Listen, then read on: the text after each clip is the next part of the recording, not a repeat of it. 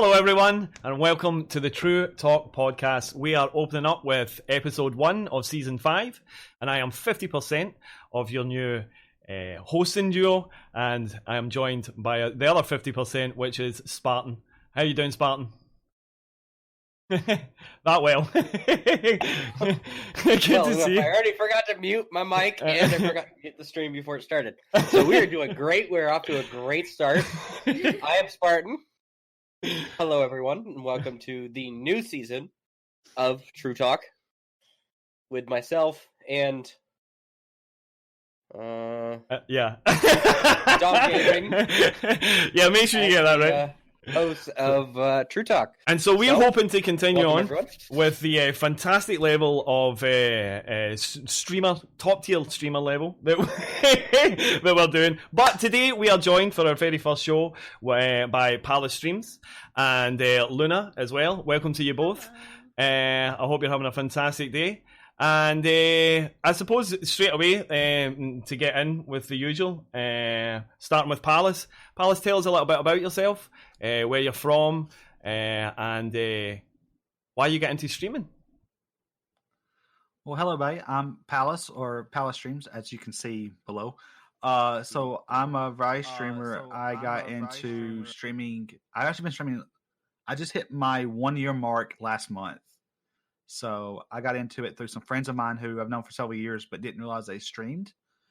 And so they were doing a podcast and doing some other stuff with gaming. And they're like, I was building my second gaming rig because my last one died. And they're like, well, if you're going to be playing games and you have this new computer, why don't you just stream it while you're at it? So I got into that, and I've been pretty much a variety streamer the whole time. Lately, the past few months, been getting more into other things. So not just gaming now. I do a little bit of, like, last week was some video editing, some code streams. I'm a developer in my day job, and I'm down here in Alabama, just as you can tell from my accent. So you can get plenty of us Southerners between me and Miss Hobo Slayer. Yeah, I do. I find it hard, obviously, from being from the UK. I'm not very good at knowing where all the American accents come from. I will not insult you and say you sound all the same, because you don't. But yeah. And also, Luna, welcome. How are you doing? This isn't your first time on the show, is it? Yeah, it is. I think my second, maybe third. I don't remember, but I have done the podcast with Tru before. Fantastic. And tell us a little bit about yourself for everybody today. So hi, my name's Luna, or Tanya, go by both. And I started streaming kind of just like same-ish as Pallas, where I just had a lot of friends who were just kind of like, hey, you have a lot of like crazy moments going on whenever you're like gaming with us. Like, just, we feel bad using you for clout, just be your own content and that type of thing. So I started out streaming. At that point, affiliate wasn't even a thing yet, so it was really just for fun. And I stopped for a bit because school got hectic, started again, got affiliate, and then it was pretty much ever since I haven't really stopped. So yeah, I stream almost, like, I see myself as a variety streamer. Thank you for the beeping in the parking lot. Great. But I am a variety streamer. I used to stream a lot of art, but my tablet died when I moved over here because whoever was shipping my things decided to throw that against the floor, and they didn't bubble wrap it enough.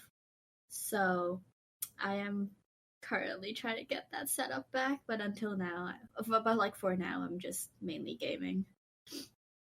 Fantastic. So you're both variety streamers. I've recently become a variety streamer. I used to be a main game streamer, but through your variety, is there a sort of certain genres that you stick to, or are there, are you like total variety? It doesn't matter what it is, you'll give it a go, from RPG to first-person shooter to looter. Pallas, sorry.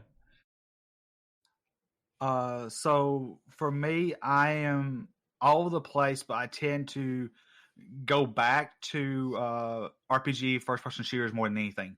Right. And so have you been dragged into this whole Tarkov fandom that's going on just now. Do you play that? Which one? Tarkov, Escape from Tarkov. Yes. I actually had a friend gift me the game, and so I've only played it one night so far because I've had some other games I've been trying to finish first before I dive too much into it. But yes, I've been watching since I haven't been playing it because I've been doing other games. But I've been watching a bunch of like the big streamers and just like learn how they do things. So it's really cool. Yeah, it's really taking off, hasn't it? It's really taking off. And Luna, what about you? Do you stick to one type of genre, or what's your? Not really. Yeah. I kind of stick to. So one of my struggles is I'm only really so entertaining for 2 hours before I kind of like hit a low on energy. Right. So I've been trying to up my stream times, and most of the time I see that what works is kind of like playing something where I can either interact with my streamer a lot more or play with friends a lot more. So there are days where like if I have friends on, then like I'm probably playing Siege or playing League with them because we're just kind of like bouncing off banter for each other. But whenever it's like no one's free, but I want to like be interacting with chat a lot more, then I'm playing something more chill, like Stardew, Oxygen Not Included, Sims even sometimes. So I kind of go all around the place. I tend to play a decent amount of like much more action based when I'm with friends, and then just chill based when I'm alone. That's the best way to put it. Right. So FPSs or like fighting games with friends, and then MMORPGs. Right. So a nice mixture. Mixture. As I say, I've been struggling with variety. Spartan, what do you do? Do you do variety or? I do a lot of different variety. One big thing that I've been on recently is a lot of 5M.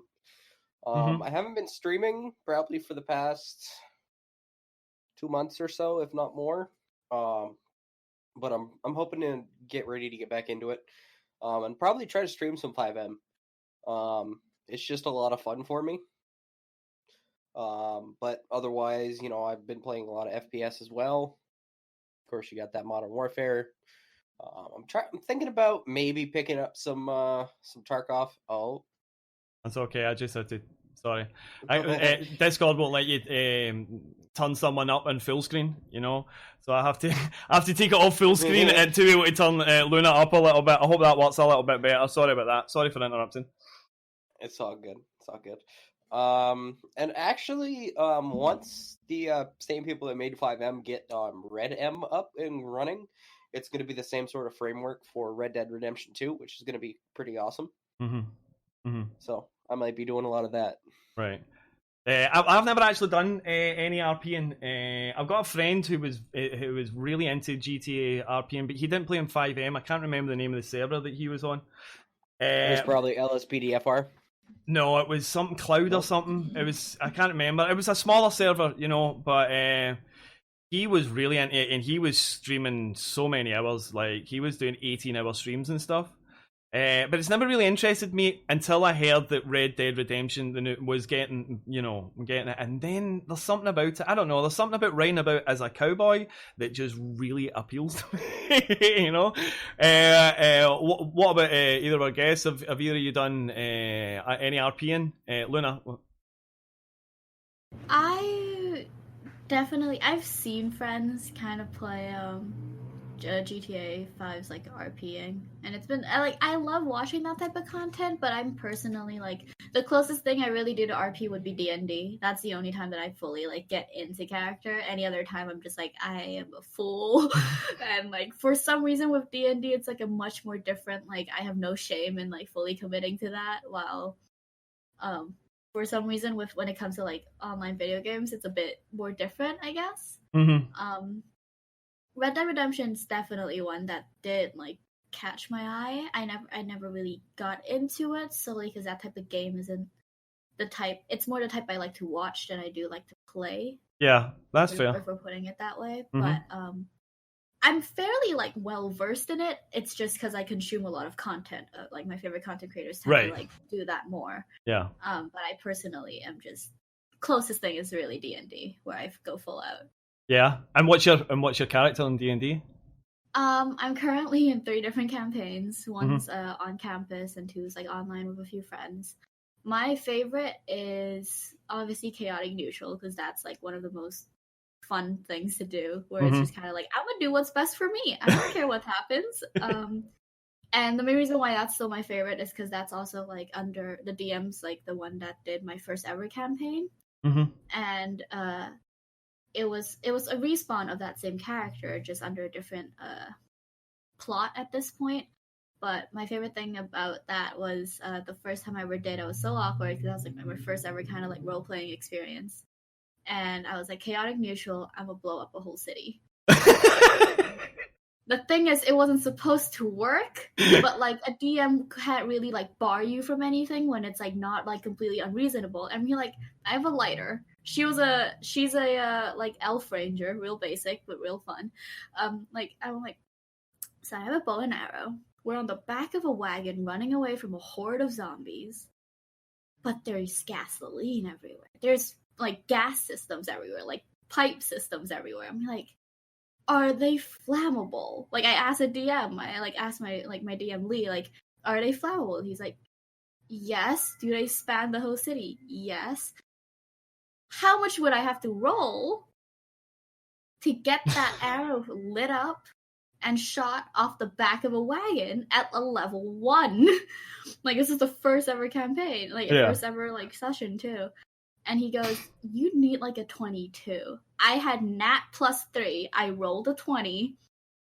And it happened. And the thing is, like, instantly he just kind of calculated it. Like, everyone else just kind of, like, was laughing. Because, like, he was just like, I had this whole thing planned out for the next month. And now you just ruined it. Let me just calculate this. It was enough to get me bumped up to, like, a level 5. Oh, damn. In that one action. And after that, what they did was they did like a private session, like when I was in like the middle of my exam season or something. They did like an extra one so they could grind out. So they could get back.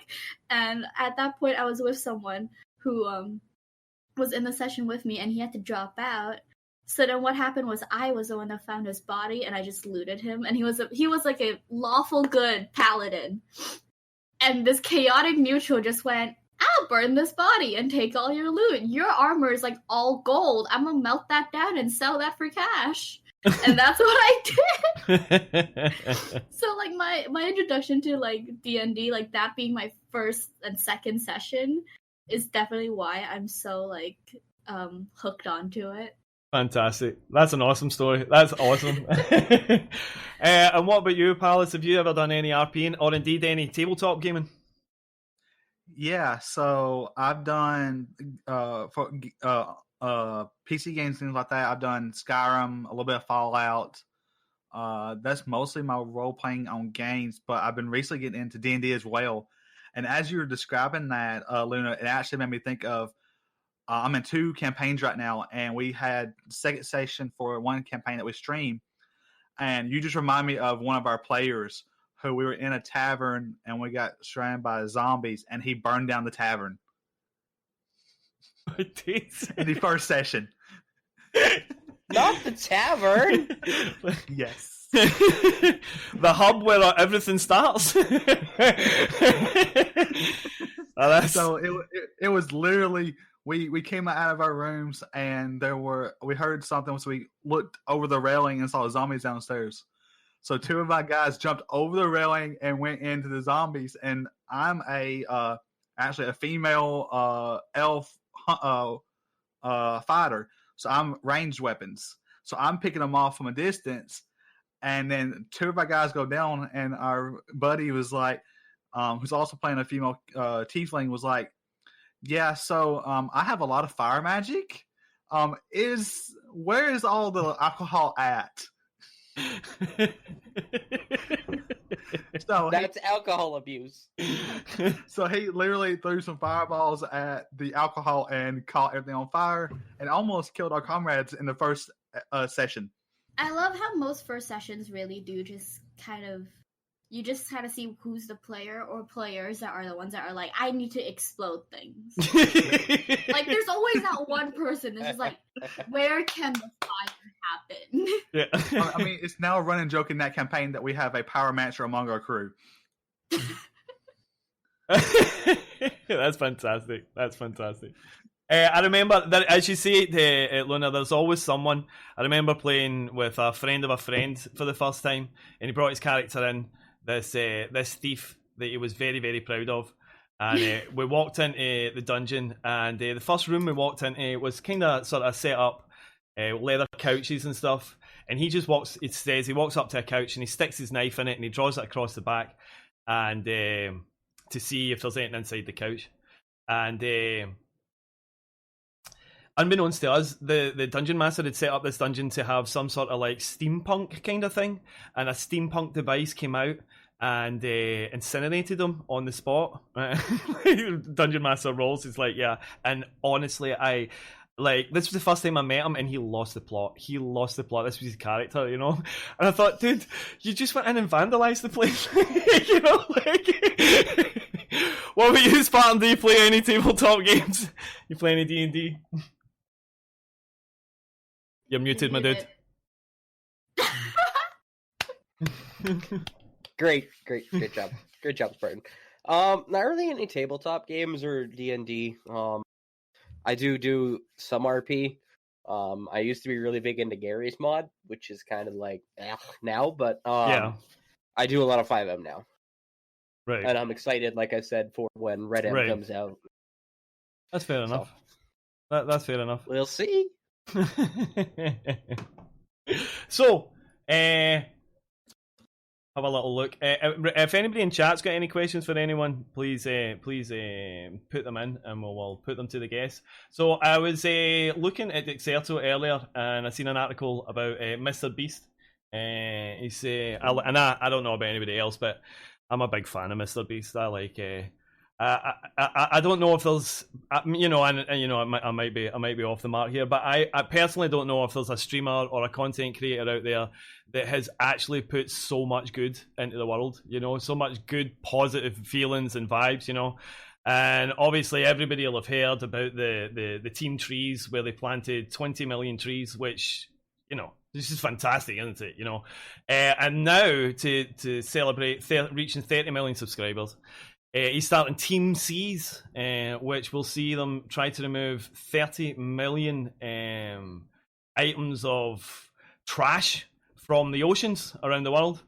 To waste, trash, whatever you want to call it. And once again, you know, it keeps raising the bar. It's quite spectacular. Spartan, have you got any thoughts on that? I think that's awesome. I mean, if you look at it, I mean, when he reached 20 million, he did the team trip thing, and they, you know, what was it? I'm trying to look here. Within like what, less than a month, they raised that $20 million for those trees. Mm-hmm. So I mean, I'm excited to see what they do for the 30 million subscribers with the Team C's, and what they're going to do with that. I'm really excited to hear about that.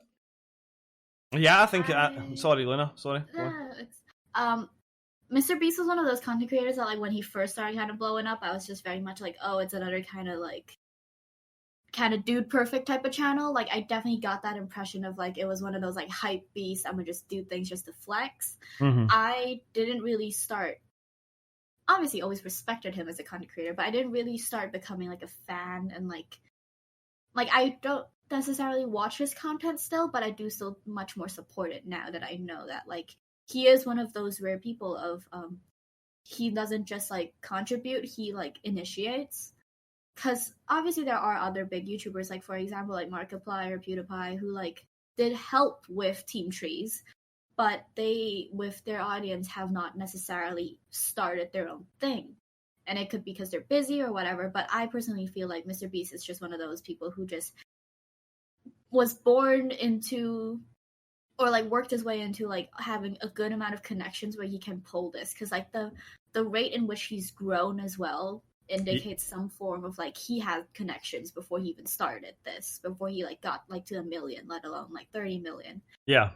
And, like, he definitely, like, just kind of grew on me. Like, when he got to that point, it was just kind of like, this man isn't just rich, obviously. He knows what he's doing with the money, which is something that I can very much appreciate, especially when it's being used to things like this.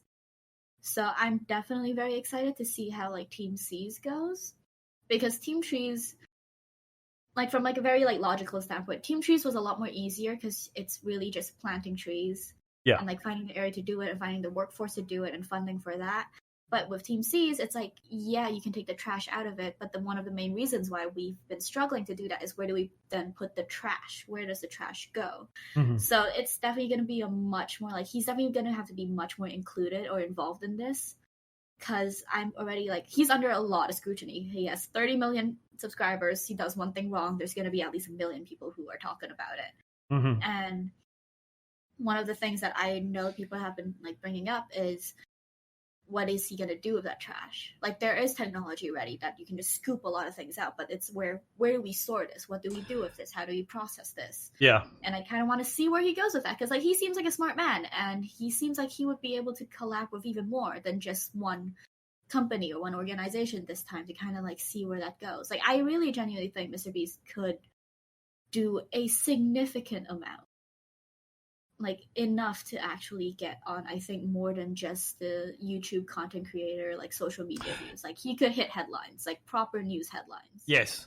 Yeah. With the power that he has. Yeah, I agree with that. I agree with that. Pallas, do you have any thoughts on this?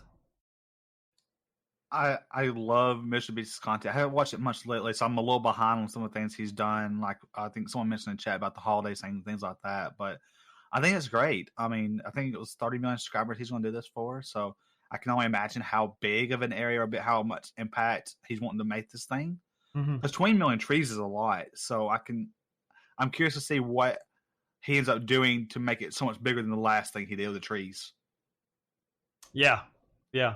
I mean, I think Luna brings up a really good point about what is to be done with the waste, with the trash.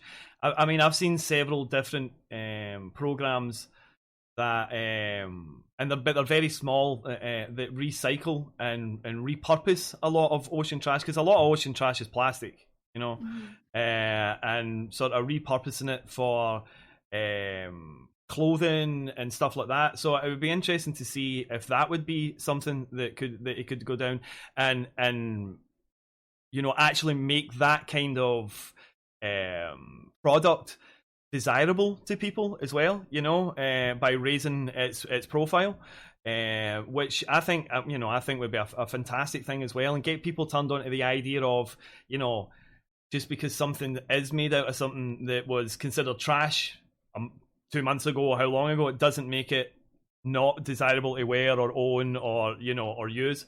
So it's a very good point you brought up there. But again, like, as I say, he keeps raising the bar, and for me, it's great to see a content creator whose sole focus seems to be improving people's lives. You know, he started out smaller with doing all the giveaways, the large amount of money to people, but now he's moved on to stuff that is, as Luna said, is big enough to start making impacts on world news, you know.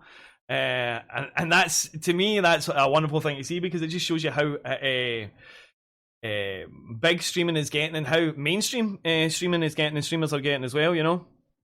Yeah, content creation's definitely become one of those industries that we're slowly breaking the stereotype of, like, obviously, because at first it was very much labeled by people who were like Tyler One, PewDiePie, like a lot of, like, heavy yelling, kind of like iffy content at times type of thing, and like people like Mr. Beast and Markiplier doing his charity streams from like a few months back, and like bigger names taking bigger actions are definitely kind of like flipping that around as well, though, because it's just like, yeah, some of us might make mistakes, but also, like, we have this impact and we know how we're gonna use it, and like we're using it properly, because like at the end of the day, like, even like, if I remember correctly, like, even Twitch Rivals, which is consisting of like almost a lot of, like, a good amount of streamers, and all of them maybe not as mainstream or like as high in numbers, but they have a prize pool for the players, but they also do have a prize pool for a charity. So the players usually get to choose where they want their money to go to. So it's definitely, like, I feel like it's a mutual interaction where it's definitely like streamers are starting to look for ways to help, and people who kind of need that funding or kind of that publicity from streamers are also knowing to start looking there instead of looking to old ways of advertising, you know? Yeah. Like, so it's definitely like a very new kind of generation when it comes to how charities and how organizations are going to work.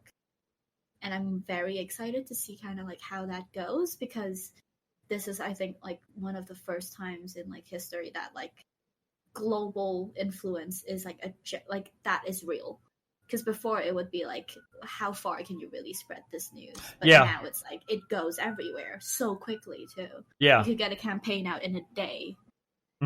So that I'm very excited to see. That you're making some very interesting points, and it is very exciting as well. I totally agree. The future of content creation isn't just people sitting in their room playing games. You know, it's got a lot ahead of it. You know, and unfortunately, it's still got that stigma though. For many people, it's still got that stigma that's what it is. That's who streamers are. You know. But you know, people like Mr. Beast, you know, and there's all, you know, there are absolutely other people out there that are doing the same, not the same as him, but the same level of positive promotion for content creators. These are the ones that are going to carry us forward and reshape the landscape for all the streamers to come. You know. Did we? Sorry, did we? I don't know if we did. We ask you your opinion on that, Pallas? I think did we go around everybody? Sorry, I've lost track here. So, going off of what Luna said, real quick, one thing and what you said briefly, one thing that I thought of was the fact that you mentioned about, you know, the impact people have and things like that. One thing I think has helped with that is the fact that take Ninja, for example, the fact that he's been on news stations and things like that. A lot of people, like you said in the past, have not really taken us seriously. And by being them doing these things and being exposed like this, it's making people take more seriously the things that we can as streamers do. Take, for example, I can't remember who it was. Somebody decided that they would stay on Twitch because they had better chances of raising charity funds, things like that. And it's because of these big streamers. Do what? Dr. Lupo? Yes. So Dr. Lupo was staying on Twitch because he could make better impact there.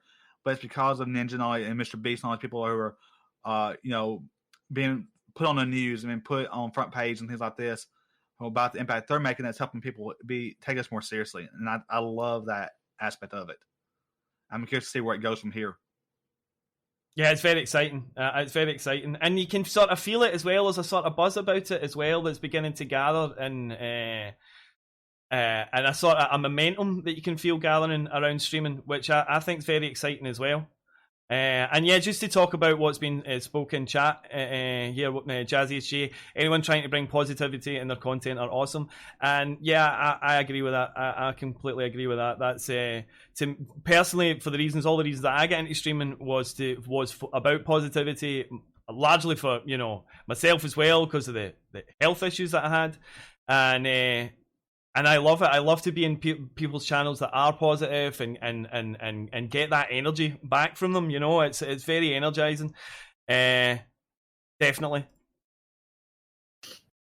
Yeah, it's an interesting place, the whole streaming content creator thing, because it's definitely like had more effects. Because like I think Dogg mentioned, like Dogg and Pallas, I think both mentioned like. It's no longer just us like sitting in a room playing video games and just like being idiots for entertainment.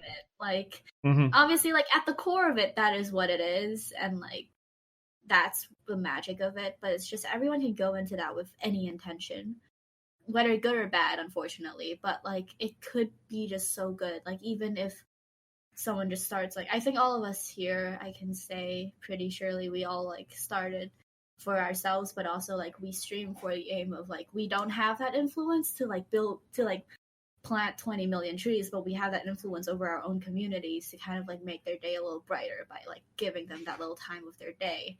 So it's definitely like streaming's become a much more positive light because there's so much more of us now that the voices aren't just coming from like the main 10 and then everyone else is like irrelevant. Like now it's like this is a whole community of both our own communities, like streamers having our own, but also just us streamers as a community, and it just keeps growing. Yeah. So I genuinely just kind of love that part about it, of just that's very well said. How kind of like it is just a mishmash of really positive energy, and recently it's definitely been much more positive than it is negative, and I kind of don't see it really like flipping back around anytime soon, because I feel like everyone's starting to really kind of get the grasp of just how much power this could really like have, even on just like one or two people. And that's very awesome. That is indeed very awesome, and I agree. I was actually talking to a friend about this the other day, Luna, that I see streaming changing in the near future because of the amount of communities that are growing and that are based around positiveness and real good vibes and putting a proper positive spin on everything. And there are so many of them that are growing and getting larger and larger. And as you say, you know, those are individual communities. But the great thing about Twitch is that we're all one big community regardless, you know, regardless of that little pocket that we create, that's our community, that's still part of this bigger community, which is, to me, is, again, I keep using the word, it's very energizing. Oh, thank you so much, Lumberjack Alan, there for the raid. Welcome. So yeah, it's as I say, and to echo exactly what Luna was saying, it's very exciting, and it's to see just how much positivity is coming through, and I can't wait to see what the future holds. Sorry? Somebody going to say something? Sorry, my apologies. So, jumping on to something that isn't actually as positive, we should have maybe done it. I should have maybe done it in the other order. I'll get used to this whole system. So, I don't know how many of you are interested in esports, but a defunct esports organisation known as Red Reserve has relaunched under new management after the organisation folded in April 2019. At the time, the former players and staff claimed that they were owed hundreds of thousands of dollars.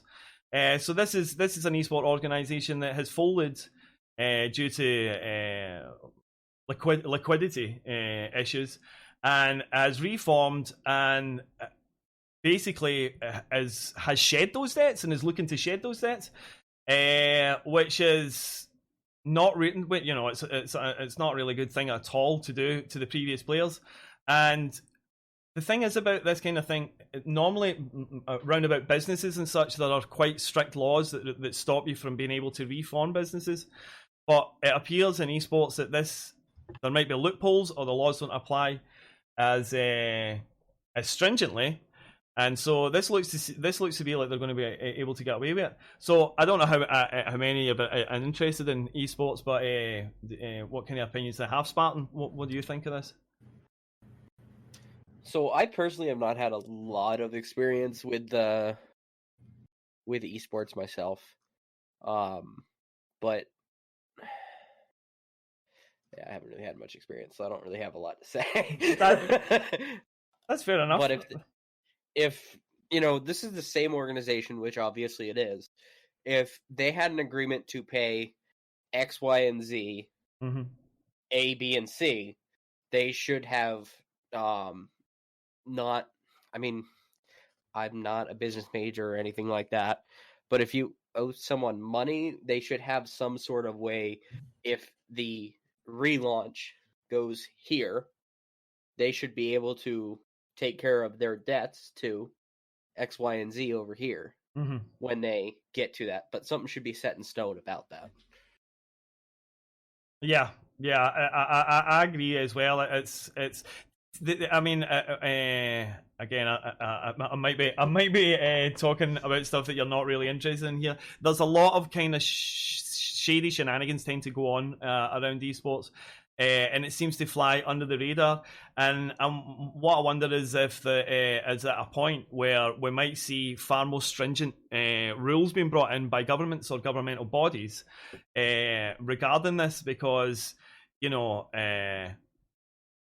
In essence, that's fraud. You know, like you know, if you're not paying people, folding your company and bringing it back, that's fraud. You know, that's that. You know, Luna or Pallas, do you have any thoughts on this? I really don't follow esports. That's fine. That's understandable. That's understandable. This is reminding me of kind of like a similar case with Defy Media, which was the more content creator YouTube side, mm-hmm. where they shut down unexpectedly and owed people, again, hundreds of thousands of dollars, and didn't really publicly say anything or mm-hmm. like reprimand anyone. And this chat is definitely saying, like, wondering where that money is going is very valid, because esports teams are based on pretty much brand sponsorships. That is the reason they run. Because the only other way that they do make money is, thanks beeping, but the only other way they do make money is their team has to go high enough or like ranked up enough that they win prize pools where they win championships, tourneys, and all of that. So definitely, like, however, what the difference here is, though, like, definitely with esports, it's like these players are signed into a contract where they rarely get the chance to kind of fend for themselves, because people are definitely one of those you're like, let's be very honest, like, most people, like, even if you don't know esports, like, there's only one or two people that, like, their name comes with their team name as a prefix. Like, you know them because they're with CLG, TSM, Team Liquid, like, all of these, like, random, like, team names that I'm sure everyone's at least heard one or two, like, names like this. And it's definitely, like, benefit of the doubt is they just had really bad management and just did not budget well. That's the benefit of the doubt there, that no one had ill intent, and they started a team, messed it up, didn't count their money, didn't count for, like, losses or anything, and just went crazy and then shut down. And if that's the case, then hopefully they are coming back with better management, maybe an overhaul, or like maybe a financial advisor finally. But if this was another situation where it could very much as well be just people pocketing this money and then pretending, oh, we didn't get the numbers, I don't know what you're talking about,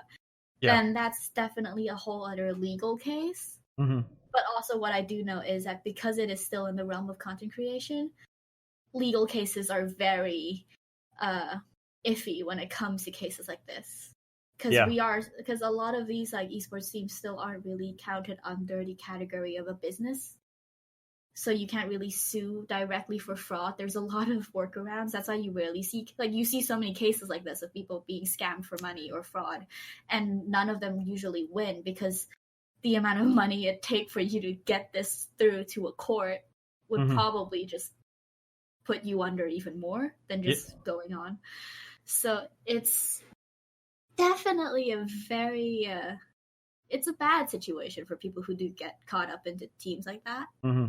So I'm just, like, being, like, nice, benefit of the doubt. Hopefully Red Reserve did come back with a better management, and if they succeed, maybe they'll actually finally have the money to pay people back. Because let's be real, like, where are they getting the money back from? Probably new sponsors who don't do their research, but you know, it's pretty much like there's so many factors that go on, and it's like there's definitely fault on that company.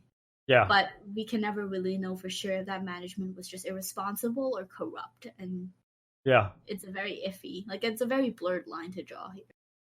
Oh, I agree. And you've raised a couple of really salient points. One of the points that I was thinking is, do you feel that, you know, I personally feel that relaunching as the same team, it's kind of like a real kick in the face, you know? Like, if your team goes under, you know, that's, and, you know, for whatever reasons that happen, you know, as you say, give them the benefit of the doubt that it was, you know, just, you know, innocent mistakes or what have you. If you're going to make if you're going to come back, shouldn't you just start another team? You know, shouldn't you have a new name? Shouldn't you start a new organization? You know, and also what you were saying as well about the idea of this happens a lot. This leads on to the idea of extremely poor representation for young gamers or streamers who become professional esports. You know, who are maybe signing contracts that, you know, parents are maybe having a once over a look in, and they're not getting real proper legal representation, and are therefore putting themselves in positions. Well, for example, I'm sure, I don't know all the ins and outs, but not so long ago, quite famously with Tifu, there was a situation with his contract where he wasn't very happy at all, you know, about something that he signed. So, you know, to me, that these are the sort of underlying issues that this kind of thing brings up. But we'll move on for it, because I realise nobody's really vibing with this, and I'm sorry.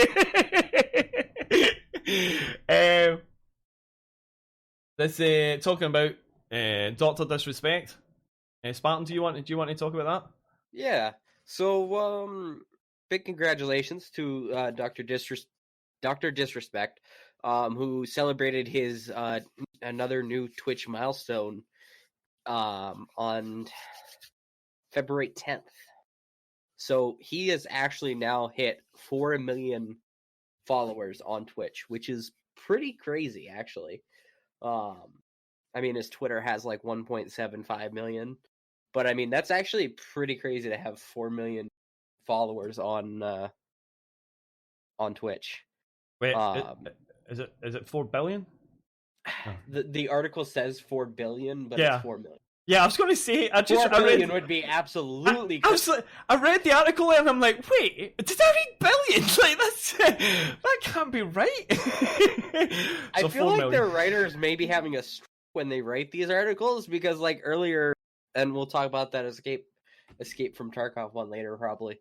But their articles have so many little typos, it's awesome. So like 4 billion would be that million, but with a B. Either that or Dr. Disrespect wrote the article himself. Yeah. Pallas, do you have any thoughts on this? I mean, congratulations to him for hitting something like that. I wish I could hit a number like that one day. But yeah, I mean, congratulations to him. I'm not really a follower of his channel, or really. The persona is interesting from him, but it's not something I'm interested in. So I just I'm not sure what to say. Just congratulations to him, I guess. I mean, he's very much Marmite, isn't he? He's a sort of take him or leave him character. Yeah. And I think it's quite deliberately so from his point of view, But yeah, it's 4 millions. That's wild. Luna, do you have any thoughts on Dr. Disrespect? I just find it really hilarious that he tweeted 4 billion. It's 4 million. It's just one of those. I'm looking it over, and I mean, it says he tweeted, "We just hit 4 billion followers on Twitch, but it was more 4 million." Like, but Dr. Disrespect is also known for just like playing things up so much. Yeah. That's why some people love him and why some people don't. I'm personally on a bit of the don't. Like I know some people enjoy that content. If you like that type of hyped up content, go you. Like, I know the appeal of it, because it's like, dude, when you're hyped, you feel good, you're energized, but it's just not my thing. That's fair enough. I used to watch him a bit back when he played PUBG. But I kind of just stopped, He's obviously what he does is obviously extremely successful, but after a while I just got a little bit, passé with it. Spartan, are you a big Dr. Disrespect fan? I don't think I've really ever watched his content, to be honest. But that is just still a big accomplishment. Oh, that's wild. That is really wild. And I don't know. Is he the first to hit it? Is he the first to hit like that number, or has anybody else? That's an interesting one. I'm not sure. It doesn't say in the article, so he probably isn't the first, if that's the case. But 4 million, that's crazy. I mean, I hadn't seen this article before stream, but I wonder how many users Twitch has in a month. Well, that's not how you spell month, so. Are you writing these articles? Is that what it is? No, he is not the first. Summit 1G has 4.1 million. So Summit 1G being the first there. So yeah, so he had over 14. He had over 14 million. Are you crazy? I love the way you say million. I really do. My accent butchering every word. Those are crazy numbers, though. Those are wild. Honestly, I'd take a tenth of those numbers and be happy.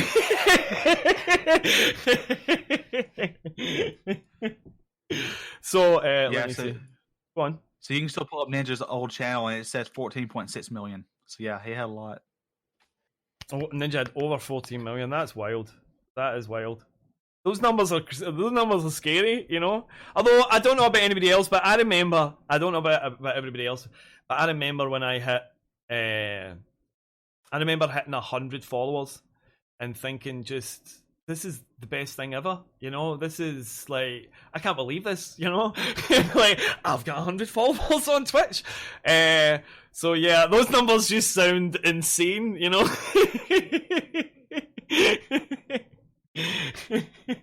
Head scratching. That Jazzy is just saying in chat that is literally Jazzy right now. Well, that's fantastic, Jazzy. Those numbers are great, and that's one of the great things about Twitch. You know, is those little milestones that you hit.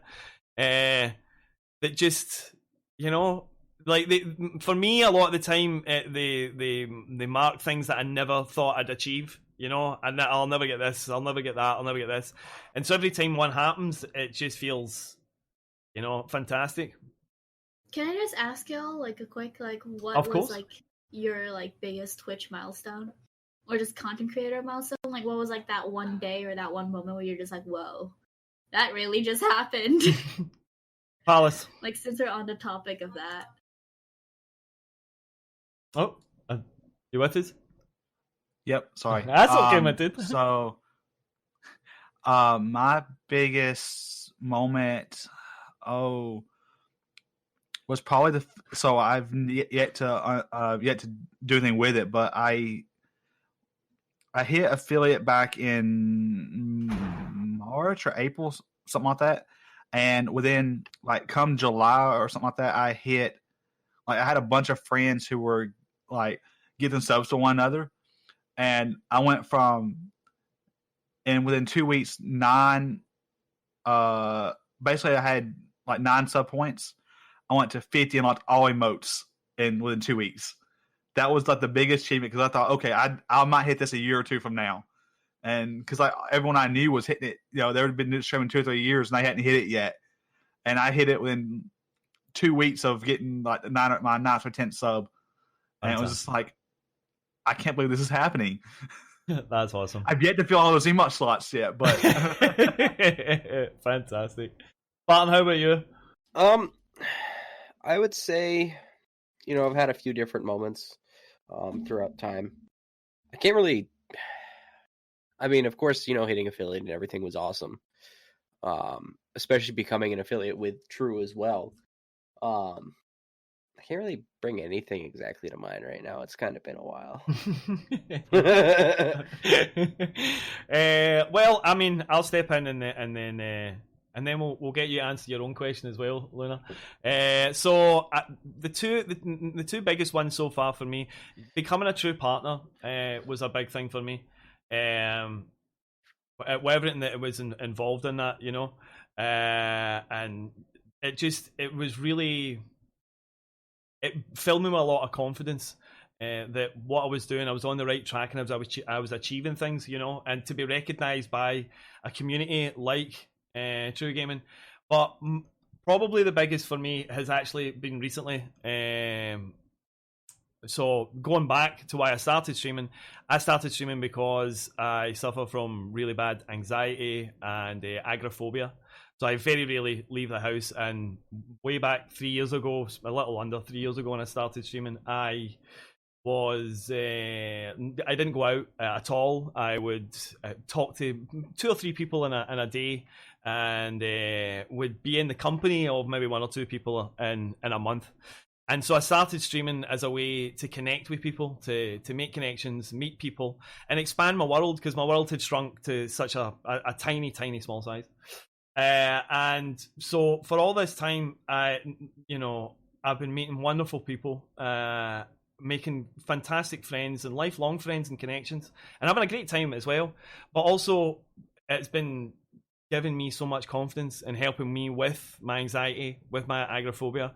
And my biggest and so far most important stream achievement is that the other day I bought tickets for TwitchCon EU. I'll be going to TwitchCon EU. It's my first time at a con. It's my first time on a plane. It's my first time in a country off this island, and so it's a huge, for me. It's a huge moment, and somewhere that if you'd asked me 3 years ago, if you said, you'll be in 3 years' time, you'll be at an event, a con, meeting friends amongst people, lots of people you don't know, I would have laughed. I would have thought you were crazy. I thought you were telling a joke, but.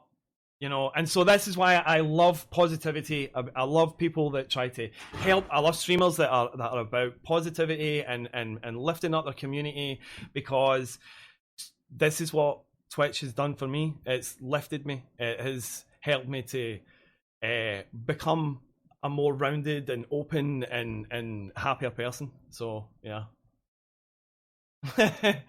So Luna, right, so yeah, sorry, Spartan. No, here, I'll jump back in. Do it. So I remembered my biggest moment. It completely slipped my mind. So, well, I have it now, but it slipped my mind earlier. So, there was one day that I was streaming, and I was kind of, I had like 2 people in chat. I was starting to get a little bit discouraged with everything, and I was playing marbles on stream. If anyone knows what that is, Yeah, mm-hmm. You got the little marbles. Everyone. Exclamation mark play in the chat, and it rolls, and I like games like sort of like streaming games like that, because I can interact with chat more. And I was sitting there, stream was going through, and all of a sudden, boom, raid from a Twitch partner with like 130 people. Wow. Out of absolutely thin air. My alerts went on for like 15 minutes straight. That was one of the awesomest days, I've ever had. And, a few days later, I actually went into the guy that rated me's chat, and I said, thank you. And with all of those people that he has in his chat, he saw my message and responded and remembered rating me. Oh, that's awesome. Awesome. So I thanked him, a lot, because that was really, really awesome. That's fantastic. All right. That's fantastic. I have a similar story to that. That isn't my biggest milestone, but I had a Twitch partner with around like 70 to 80 raid me the second I went to go pee. Oh, I could not capitalize on it, and I literally. So this man, I'm gonna shout him out, Lieutenant Volks. He started streaming with Don't Starve. That was his thing. That was his thing for God knows how long. And I was there when he was like an itty bitty 5 to 10, ride or die. My first ever sub, blah blah blah. So ever since he hit partner, I've always still been there. I was a mod there, and then things got really hectic, and I never did. At that point, I streamed a bit, but it wasn't a thing that I pursued, unlike now. And here I am. One day I'm streaming, I'm back home in Hong Kong, in my little really crappy setup, right? And I'm there's 2 people in chat, and obviously I want to say I don't care about numbers, but obviously we all do sometimes look at it and just kind of go no, everyone's not here today. I was no one's here today. I can go pee. I'm gonna go pee. I come back and I see the notification and I'm no. I literally only 5 people stayed from that whole raid because I wasn't there, and I was just kind of no. And afterwards, he just kind of DM me going, "I am so sorry.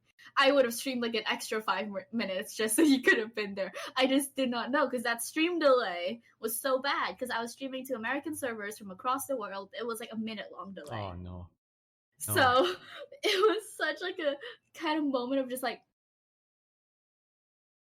You're kidding me. This just happened. Okay. But oh, no. It's a running joke that him and I have now. And we've kind of talked about okay, fine, we'll orchestrate another one day. But we kind of realized we've had very different vibes, and it's for the sake of his and for the sake of mine, it would really mesh well. Because I started having a much more distinct stream personality. Mm-hmm. So like him and I still joke about it to this day, but it was just like one of my funniest moments because I literally came back from peeing. I remember this very clearly because I went to use the bathroom and I was like, no one's in chat. I'm gonna go to the kitchen and get myself a soda as well. Come back very leisurely, and I'm like, that's a double-digit number somewhere on my screen. I wonder why. And then I see like Lieutenant Volk has rated with like 75. I'm like, oh no!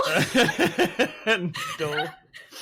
And the people who did stay are people who are still active in my community, and we all just kid about it. So like, still thankful because that did give like a good like 20, 30 like boost.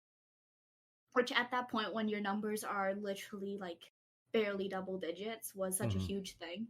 So definitely like thankful because that was actually kind of a boost in motivation I needed of just kind of like, because at that point it was like I've been streaming for like 2 or 3 months and it never really went above like 2 or 3 viewers just at all because the only people who were really watching were the people I would be playing the games with and they'd be lurking, so my chat would be empty. So that was like, after that, like I finally had people who weren't playing the game with me but like watching the stream.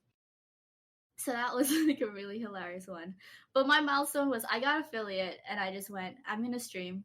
And at this point, my dad and mom already knew I got affiliate because like I was under 18. You had to like sign the thing, and I was like, I need to tell parents because I'm a little baby. And they knew of it, and I was like, I'm gonna do a stream. I'm gonna celebrate this. I didn't expect anyone. Like I expected like 5 people to come in. Right. That was the first time I hit 25, and that was also when one of my most loyal supporters, who I still love to this day, came in with 50 subs and just dropped it in chat. Wow. Like 5 minutes in. And I have the screenshot from that because I had like an Instagram story. I like took a picture just went like, I don't know how to react. Like I literally just sat there and just listened to my alert go over and over and over and over again. And that actually upped my viewership even more, and that's why I hit 25, because people were getting that email of, like, you've been gifted a sub to this, and that's why they came in and just went like, oh, cool. Like, she's affiliated. And literally, that was the first time I cried on stream. No longer the only time, let's be real. Like, I've gotten a lot more open with my community. But definitely, like, that was the first time when I was like, people actually like my content. Like, people aren't just here to kind of, like, tolerate me. Like, people are here and like they're willing to kind of like support this. And then the little side like post story after this is afterwards, like, affiliate, obviously you do get a cash out when you hit like a certain amount, and he got so angry because he's like, 50, you should have $250, why did you only get like 100? And I'm like, they take half of it? He's like, next time I'm doing that, I'm just donating $250. I'm like, I'd appreciate that, dude. The extra 100 comes in like handy. So like now every time he comes in, he, instead of like gifts a sub, unless it's like for a joke or for like a sub train, he'll just go like, here's the money, take it. And like, he's one of my IRL friends now, because ever since I moved here, I've been trying to meet up with people. And I met up with him, and like we went out for food or something, and then like he got my Venmo, so now he'll just like sometimes pop into stream because he's really busy. Like, he's usually at work when I do stream, but sometimes I do like go a bit earlier or later, and he'll come in and just go like, check your Venmo. I'm like, no. No. I think that's the thing that I'm still definitely learning, of like being grateful but also not feeling like I don't deserve it. There's like a really weird mix between that I'm still very much struggling between, like, thank you for the sub, but also if you give me a tier 3 sub, I'm like, I'm not worth $25 a month. Yeah. I don't know what you're doing. Do you know what? It's funny you should say that. I still struggle with that. It's been something that I've been trying to, you know, that same feeling of thank you very much, but why? you know, like yeah, that you are so awesome and everything, but are you sure you meant to do that? You know, like, it's a serious imposter syndrome on that part. You know, like, thanks for supporting me, but you could have bought dinner with that. You could have got lobster with that money. Speaking, just getting back onto the big raids. The biggest raid I had was from a big Siege streamer, a partner Siege streamer, and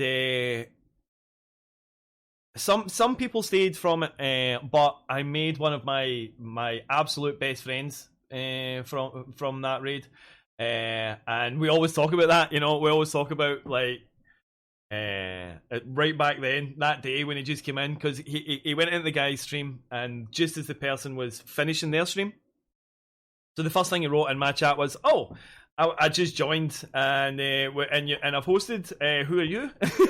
So, and I ended up just talking away to him, you know, and absolutely now I speak to him every single day. He's a fantastic friend, and that's another thing that I think is so wonderful about Twitch, is like just these little chance encounters can turn into lifelong friendships. You know, that become so important to you. You know, and and people that become such a big part of your life. Yeah, that's, you know, I have to be honest, I get all gushy when I talk about Twitch, you know. I get all, you know, it's so awesome, it's great, it's fantastic, you know. My family still look at me like, and what is it you do? You know. It's great, all these people, and I talk to them, and you know. But yes, absolutely, Jazzy, that's because you are a legend, you know. All my chat are legends. I'm just like remembering the whole parents thing, because I started this when I was like, what? Before affiliate program, I already started streaming, and it was like, I think I was like 15 when I started, like really like genuinely a baby. And when I got affiliate, and like we had to sign things, and my dad and mom kind of realized like, okay, this is not like a stable income, but you are making like $100. Like that is significant to be making at the age of like 16 or 17 when you're not working. I literally that's what I got my talk. Because they were just kind of like, you're a female on the internet, I don't know what you're doing, you got a camera, what are you doing, don't get yourself into trouble. That was like, I got that talk so quickly once they found out I was making money. They were like, you can sell out, but not in that way. That was pretty much what I was instantly told. And ever since, like, I obviously, like, I don't do that type of thing. I don't, like, I respect women who do that. I don't have that confidence to do that yet, maybe. I don't know. But genuinely, once that got, like, accepted, one thing I really miss ever since I moved out is my dad and mom have their own emotes even on my channel, where they're Mama Luna and Papa Luna. Because there's so many times where I'd be streaming and they'd come in and they'd like pop their head through my door, which is like just in frame, and just go like, "Hi, stream!" And they're the most adorable people. And people just love them to bits. So like I just dedicated 2 of those emo slots to them, because I was just kind of like, y'all great. Like That's fantastic. they come in, and sometimes if I like went to pee, like my dad would like come in and just be like talking like crap about me, just kind of like, did y'all know she doesn't do her dishes or something like that? Like it was the most adorable thing. And fantastic. That's awesome.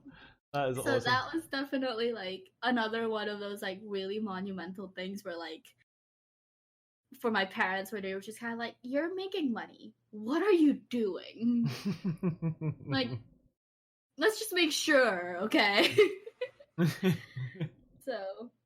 So I've got a question for you all, and I'll start same question everybody, but we'll start with Pallas. What is your what's your ultimate aim for streaming? What's like, if you where do you see success being? What's the line for you? Where is it you want to go? What is it you want to achieve with streaming? Wow, start me off with a tough question. That's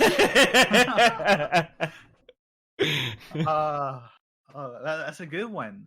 That's actually really tough for me, because my goals are always changing, both short term and long term.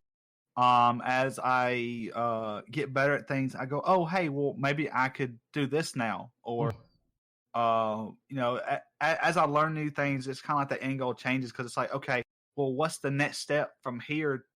Is this even the end goal anymore? Because I can do this thing now. And so I honestly don't know right now. I mean, of course, an ultimate goal would be to hit partner if that ever happened. But beyond that, I'm not really sure. I'm really fascinated. I keep saying, I'm drawing blank on his name. He left streaming. He was a true partner. I can't think of his name right now. I can think of one. Green code? I heard two names. What was it? Is it Green Cord? Not Green Cord. This was a true partner. Right. Daniel? Dan the Dapper? Nope. I didn't know he left actually. He left a good while ago. Gotcha. How I got into True, but yeah. He was his channel is very patriotic, but he always Snoop. did Snoop. Thank you.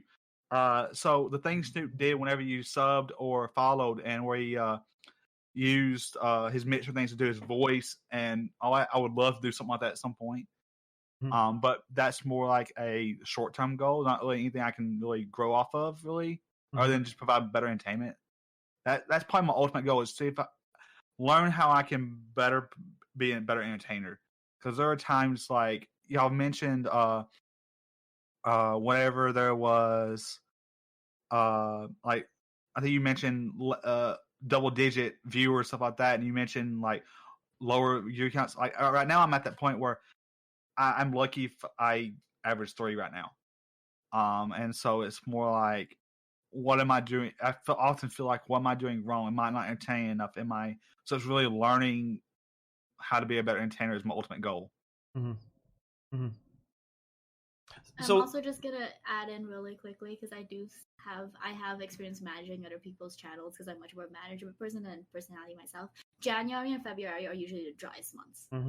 January and February are when your viewers will tank, and they will tank for a while. It's around like April that it starts kicking back up, and that's just pattern. So for me though, mine started around September. It wasn't December, January. So mine started tanking back then. So that's why I've been kind of thinking that is, if it's been tanking for several months, am I doing something wrong or so? Well, so just to expand on that, don't look at, try not to have the mindset of what am I doing wrong, because that's pushing you down the wrong sort of path. Stay positive about what you're doing, and I'm sure you're doing these things as well. Watch your VODs back. Big thing that I would say to people, especially starting out, watch your VODs back. Look at yourself. It's not always easy. Listen, it's not always easy. It was hard for me to start out when I first started looking at my VODs. I'm maybe not everybody, but I certainly have that self cringe about myself. And so, but you need to get over that, because you are going to have to look at your VODs, because what you want to do is watch your VODs and see what you like about what you do. And then look and think, oh, I could do this differently. Watching your VODs will help you think about what you'd like to add to the stream, and it'll certainly help you know what you don't want to do in the stream. What you want, what you don't want to do again. But stay positive about your content. And the one thing I say every time I'm talking about or giving advice about content is, always do what you find fun. People on Twitch want to share fun times with people, and so if you're not doing what you find fun, people won't want to share their time with you, and if you're having fun, regardless of what that is, it doesn't matter what it is. It doesn't matter if it's playing a retro game, the latest AAA. It doesn't matter if you're making you're painting or drawing or doing anything, whatever it is that fires you, that you have that passion about, do it, because that people want to connect with that. People want to, experience that. But took us down a little alleyway there. Sorry about that, Luna. The same question to you about goals and streaming. What is your goal? What's your end goal? What would you see as being, I'm happy at this point? I obviously partner. That's like everyone's goal here. But the main thing would be being able to. Obviously, partner comes with pursuing this full time. That's like unspoken, like one another. But it would be to be able to. To be able. Oh God, the traffic!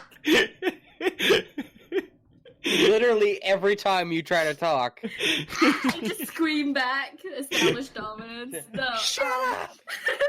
But every time, like, I want to start shifting the direction of where my streams go, because I love video games. Like, don't get me wrong, I'm still probably going to do that. But I want to be able to have this become sort of like a creative process, because I am much more of an artistic person. And I want to be able to like do cosplays or get into SFX or like, you know, make props, because that's just like the type of person I am.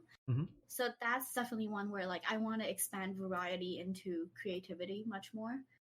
But that's one of the main goals. And the other would be like to kind of like have a active community. That is something I do struggle with, because I tend to, because I had that like first 2 years where everyone was just kind of like chill, because I wouldn't really talk on stream, because all you'd have was like the whole screen would be like Photoshop or Clip Studio Paint, and my corner, like this tiny part, would be me.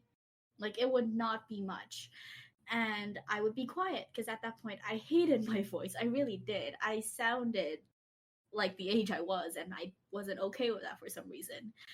And so I pretty much just had like chill music in the back, was like doing art. So a lot of the people who came in weren't active, because it was more of like a lurk stream than it was a chat stream. So a lot of my community is lurk viewers, which I appreciate. They are just as valid.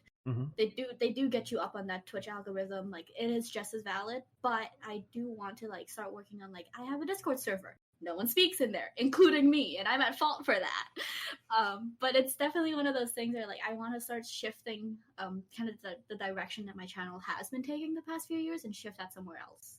Right. Because the past few years it's been very like chill, quiet at times, and like you said, like I do watch back my VODs sometimes when I do like not so well, and I find out it's because I have so many moments of silence, and it's not like comfortable moments of silence. It's my brain just ran out, and people can tell, and that's what draws people away from you. And that's just unfortunately part of it, because you are streaming to be an entertainer. People usually do come here to see content, and that's just the truth of it. Yeah. And so I definitely want to like shift that, because I definitely feel like my personality has kind of grown into a bit more of an extroverted, where I am okay with being loud-ish. I don't want my roommates to kill me yet. Okay, it's only my first semester here. I don't want them to kick me out just yet. But like I've been okay with kind of like being a lot more expressive than anything. And my chat doesn't reflect that yet, because I still haven't made the active kind of like marketing side of this yet.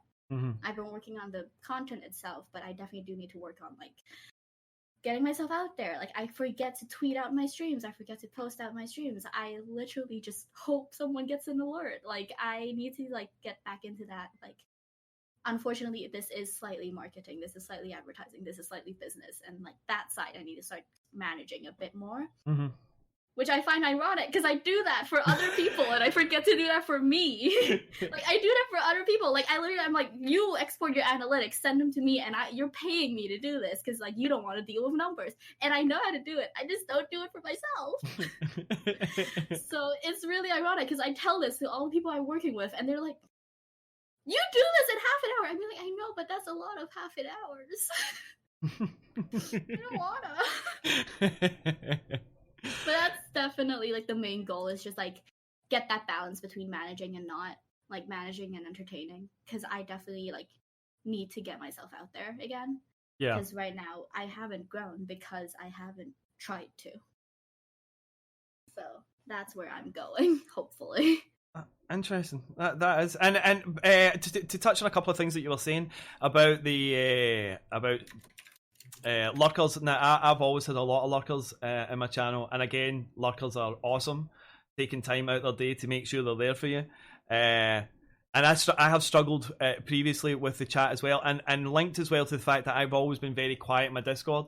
So that's something that I've been recently doing a great deal of as well, trying to be more active and you know, because that's the other thing. I think, you know, I'm sure you'll all agree that people that look in from the outside don't realize about streaming is that if you want an active community, it does take more than just switching on the go live button and streaming, you know, for a few hours, however long, playing your game.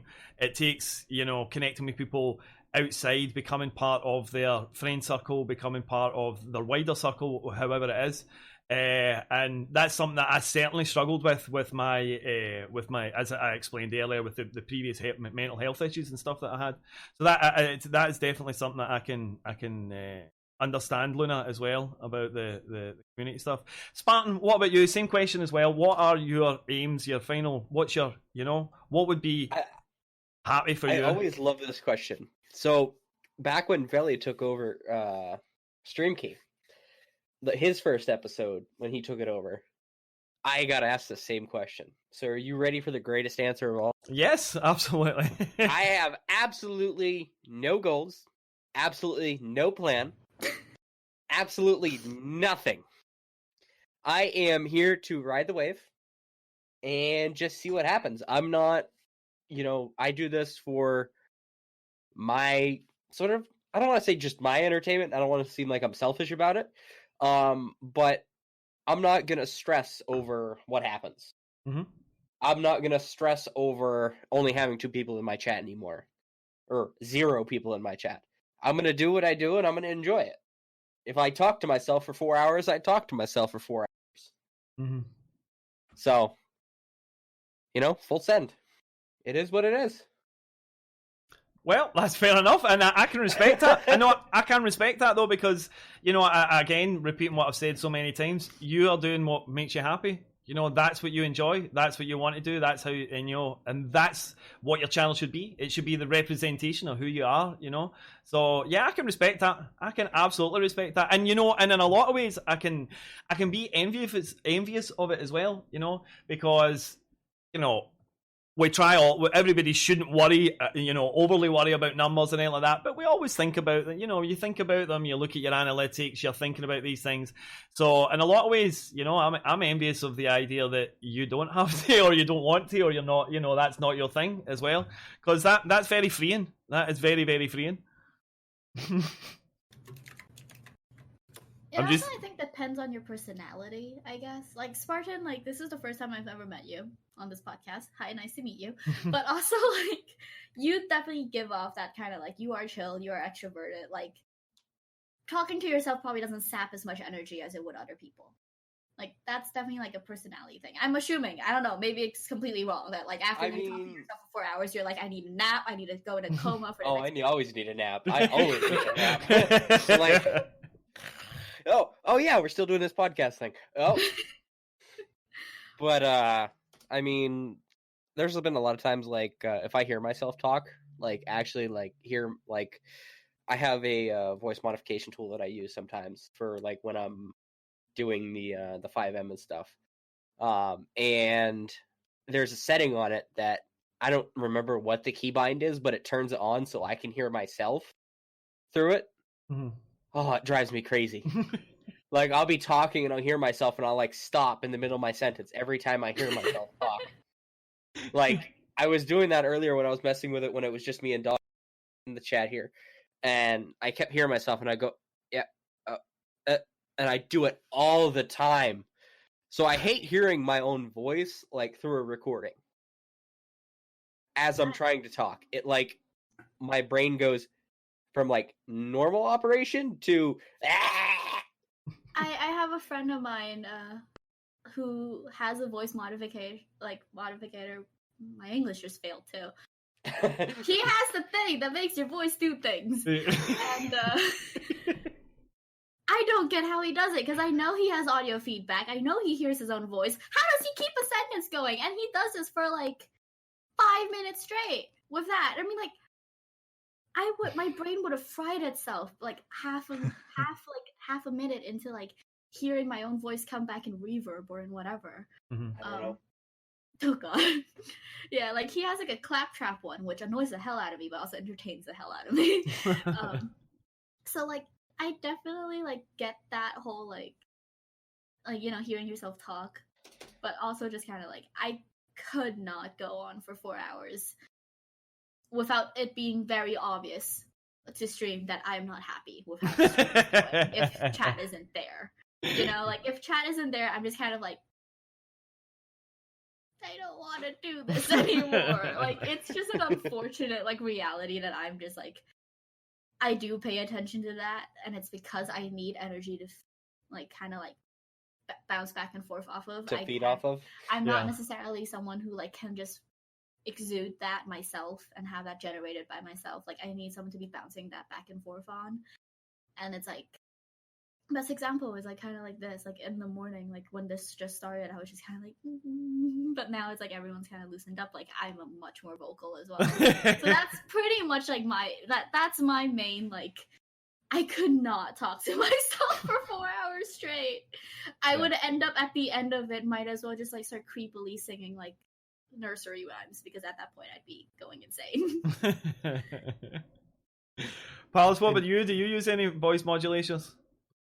I don't. That's what I was talking about earlier. I'd like to do something like that. It's kind of like Snoop did and everything like that. But I'm the same way as Luna, where I can't hear myself talk.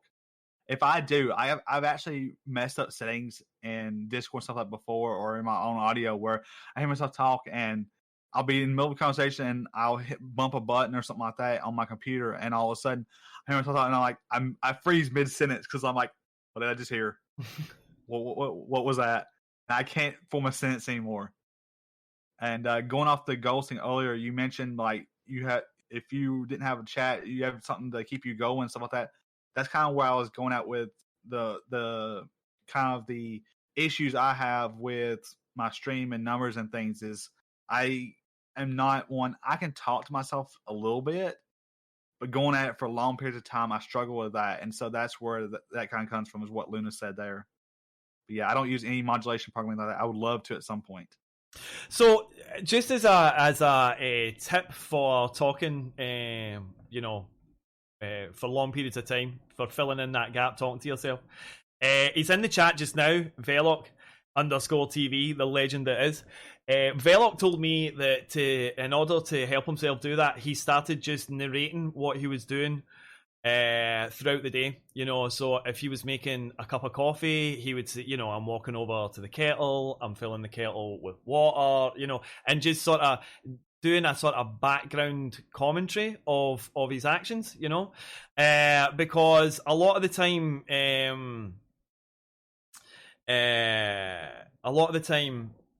if you've not got people in chat or chat is quiet, just talking about what's happening in the game is enough to keep everything going. And if someone comes in, it's a great way for them to find something to talk to you about, So perhaps the only drawback about that is, it will mean if you do this, if you practice like this, it will mean you're walking around your house talking to yourself, narrating everything that you're doing. So everybody else is going to think, what on earth is going on here?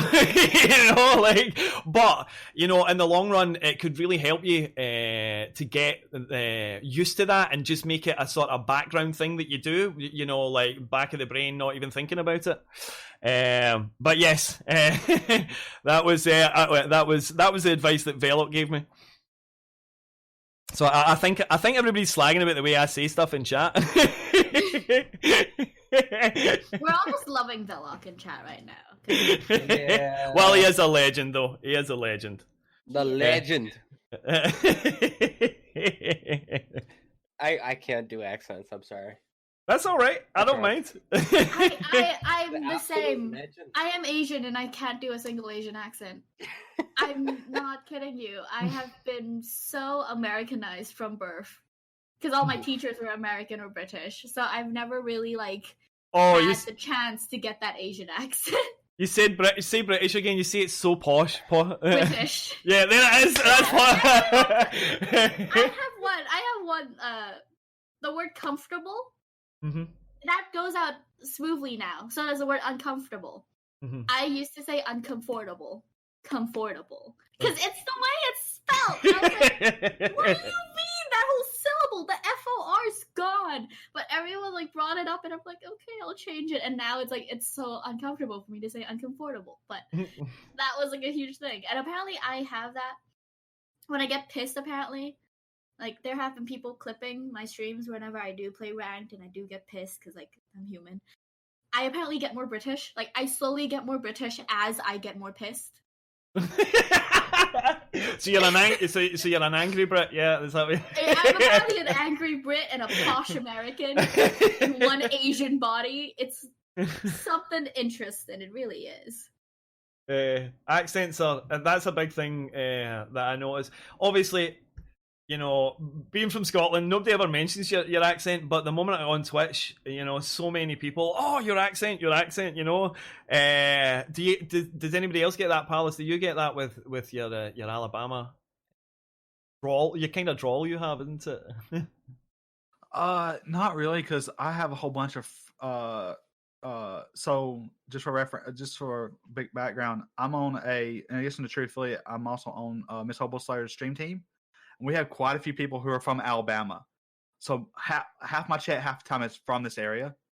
So I don't really get it that much. But when I do get on, say, TRUgaming or some other channel, stuff like that, it's just like people were just amazed at my accent. Yeah, it's cool. It's a very cool one.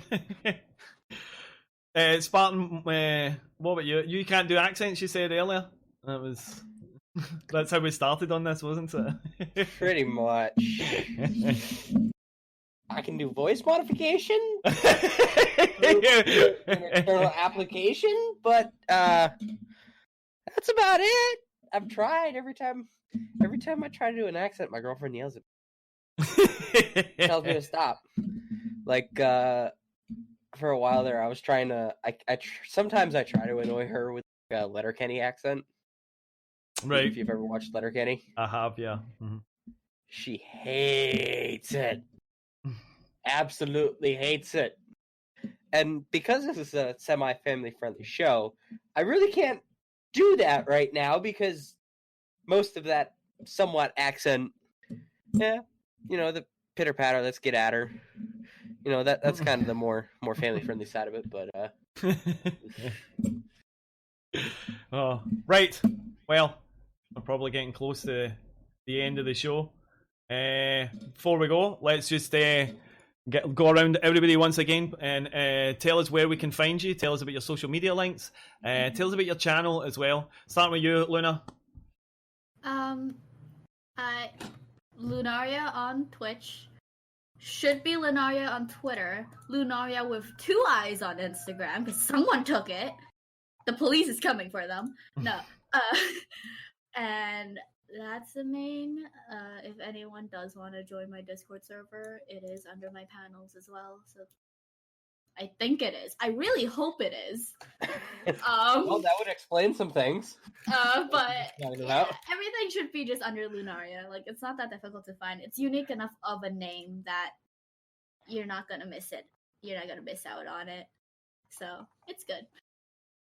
Come give me. Are some you support. serious? I'll get it sorted. And Palace, tell us about you. Where can we find you? So you can find me on Twitch and Twitter at PallasStreams, as well as Instagram, which I mostly just follow other people and don't post anything. I'm very bad about that. But yeah, PallasStreams everywhere. Fantastic. And Spartan, what about you? 1 second. Step, you spelled Palace wrong. There you go. So I'm Spartan. I've been around with True a lot. I was at playthrough last year, which was a really, really awesome experience.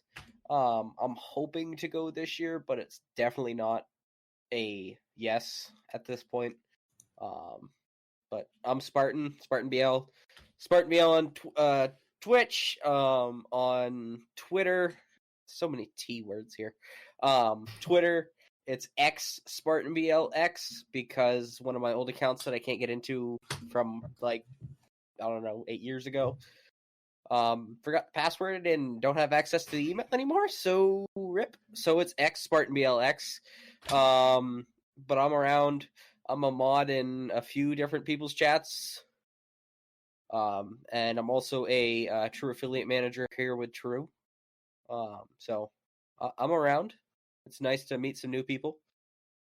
So fantastic. Thank you everyone for coming to this week's show.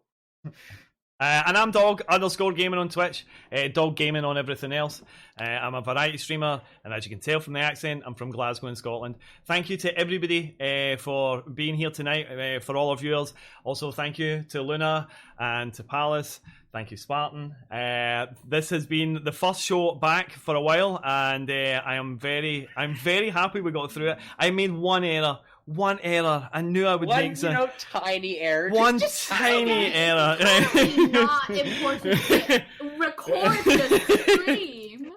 Totally, just this one error, but we will sort that. Thank you once again to everybody. Have a fantastic evening, and Step, can you host someone for us at the end of the stream or raid someone, and we will be back next Thursday. 6 p.m. GMT, that is 1 p.m. EST, and what is it on West Coast time? I'm not entirely sure. Someone will... It should be 10. 10 o'clock. There we go. 10 o'clock West Coast time. Yeah. Have a fantastic rest of your week. Stay legends, and we will catch you later on.